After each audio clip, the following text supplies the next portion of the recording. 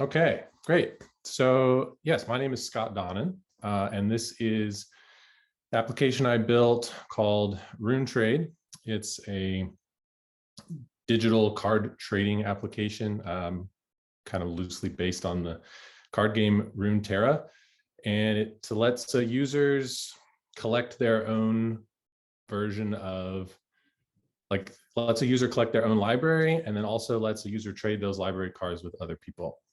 So I wanted to start off here by signing up a new user real quick.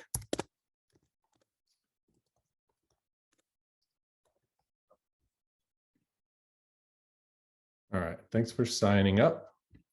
And as we start off, you can see user 2 here doesn't have any cards in their library, but they've been given some complimentary loot packs that they can go redeem for additional cards. So we click over to the loot tab, and we can click on the card pack here, and we can get some extra cards to be added to our library. So I'll just click through these real quick. Now we're out of loot tokens. So no more cards can be added to this user's library until they've completed some additional trades with some other users. All right, so we'll click back to user 2's library, and you can see now all these cards have been added to their library. And I wanted to click over real quick to user 2's email and just check to make sure that they got a welcome to RuneTrade email sent to them with a link here. If they weren't already logged in, they could use this to log into the site. Cool.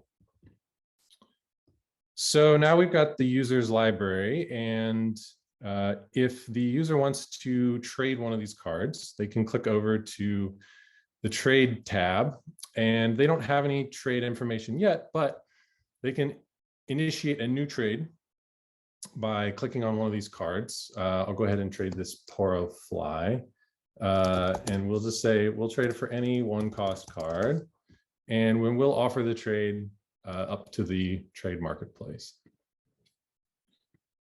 Now, if we click over to my trades, we can see that it's kind of like a trade dashboard in a sense. You can see that the trade I just proposed shows up here on the dashboard.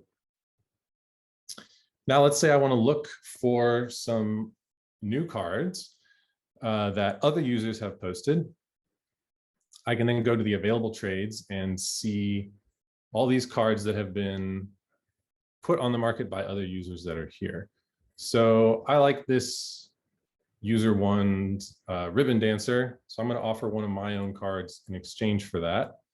I'll just pick a little off random here. Gluttony.